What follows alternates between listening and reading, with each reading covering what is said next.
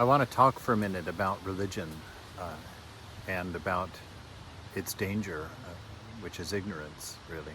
I've stayed interested in spiritual life for my whole life. In the beginning, I thought it was an interest in religion and found a lot of very interesting pointers in religion, but also suffered a lot from ill-digested religion, religions that taught me to see difference in people and ideologies and make me classify and generalize in a way, to stereotype or very ethnocentric ideal that my religion was always right. I read a great quote from Richard Dawkins yesterday that he said, "How nice of God made you be born in a region that had the one true religion." And I know that he wrote it in tongue-in-cheek sort of way, that all of us think our religion is the right religion, and how convenient it is that it's the religion that was in our locality. And by and large, that's how it is.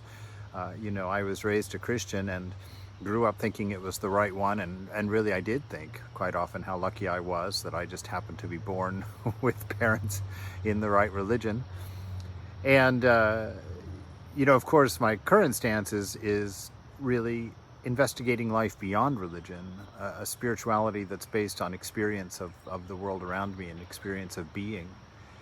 And to take the pointers of the great teachers, not the great followers of these great teachers, but the great teachers themselves, to look at the tools and hints that they give about what they saw and what they understood and what they came to know. To me, understanding that really our big problem in the world isn't religion and its problems that it, quote, causes, but rather ignorance about religion, thinking that religion is the thing itself, or that it contains the thing itself, and mixing that with our ego of ignorance, this separation self, this self that likes to see ourselves as separate from all of the things around us and the world around us. And most religions sort of degrade into that state, mostly because people don't do the work necessary to transcend that. There's a good feeling inside about being right. There's a great ego satisfaction in being part of the right one. And it takes work, it takes dedication to push past that. And all of the great teachers tell us how. But it's really up to us to make it happen. And once you start moving in that direction, really beautiful things begin to open up for you personally. The end of religion is that a man or a woman moves in love, that it's a spontaneous connection of harmony with the whole ideal of being, and that you cannot make any move that isn't right. You become so harmonious with the nature of things, the nature of the universe, that you can't make a mistake. And that's not to be said that an ego self can't make a mistake. No, it's the elimination of that idea of separation.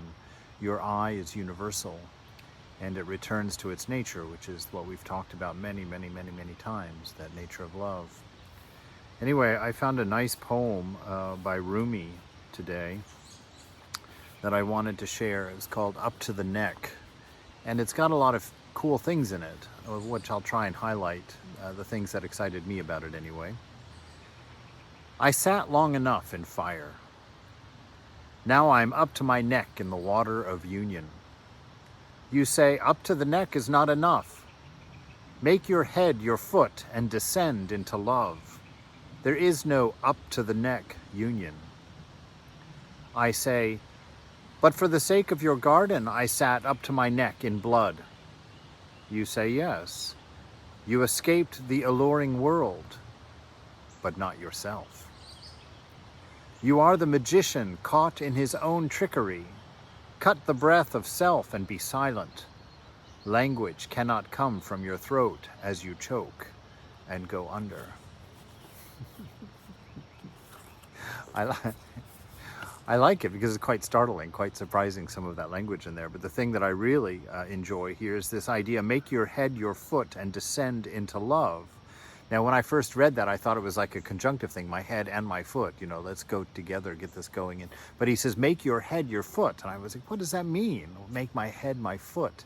And what it does is it's the removal of ego. Your foot doesn't argue with you when the mind says go forward, when the mind says go there. The foot just goes there if it's physically able. With mind, though, you say go there, and sometimes there's 1,000 arguments of why you shouldn't, or why you don't want to, or why you're going to try something different. That's the ego. That's the part that's not in harmony. And so by saying make your head your foot, he's saying remove that ego self. Get your knowledge of your deeper harmonious self. Let it be the driver. It's not something that happens through analytics of the mind. It's not something that happens through analytics of desire and need. It's something that's much more fundamental than that, much more real, much more authentic than thought could ever be. And religion is in pursuit of that. Religion points to that, but religion cannot be that. And then when he says here, oh, but for the sake of your garden, I sat up to my neck in blood. For the sake of, this beautiful world, for the sake of service, for the sake of whatnot, I think you're so beautiful in the sunset. All wonderful things. You sit up to your neck in blood. What does that mean? You stay in the body. Up to your neck in blood. You're surrounded in blood right now. The blood of the body coursing through you. And he's saying, there is something more. There's something bigger than that. There's something that's transcendent, something within you that isn't stuck up to the neck in blood. He says, you are the magician caught in his own trickery. This is you that have made this world. All of the faults that you want to blame on God, or the blame on religion, or the blame on the other, they are all characteristics that you hold within yourself simply by believing yourself to be separate and apart from all the rest of it. That this is a human ignorance, a human-wide ignorance that we need to overcome, that we are the magicians who are tricked by our own magic. There's plenty of food in the world to feed everybody. There's plenty of money for everybody to have enough. There's plenty of work to be done for everybody to be employed. The bottleneck is our egos, our lower selves, our greed, our lust, our anger, our jealousy, our nationalism, our racism, all of these individualizations, these attributes of ego that we've taken on.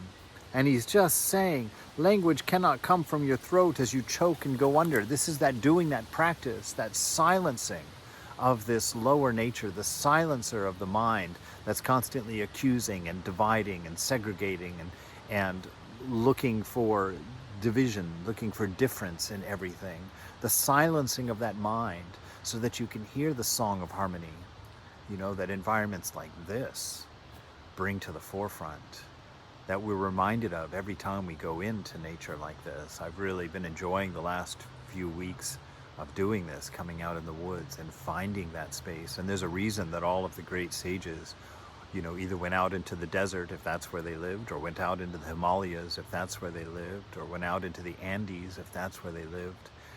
There is a harmony that we are reminded of in nature. There is a quiet silence, a listening that's available to us in nature. And it's something that resonates with the silence within, that peace, that loving environment that's deep within. It's so steady and so present with us all the time that our mind treats it as white noise and stops hearing it, stops listening to it.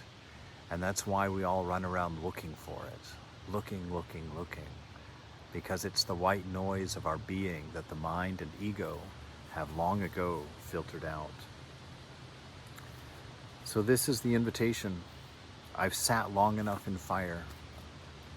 That burning well of desire that we live in, the body that's constantly needing something for its whatever, its comfort, something, the food and the cleanliness and the occupation and the entertainment and the stroking and the combing and the washing and the just this unending fire of desire that we live in. He says, I've had enough living in this fire, burning in this fire. The desires of the mind, this constant babying of the ego that's necessary. Oh, he offended me. Oh, I can't do that. Oh, I'm not in the mood for that. Oh, I don't feel like that. Oh, I'm unhappy. I'm depressed.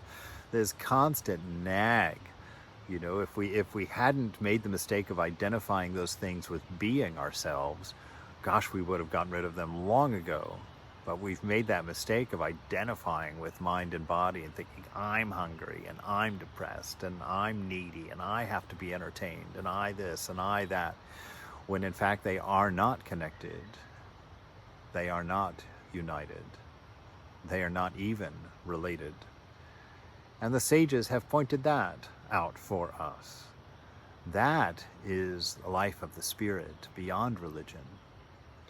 You know, religion is that temporary place where you get caught and start applying the things that you've identified with to your own religion, and therefore promulgating the problem on and on.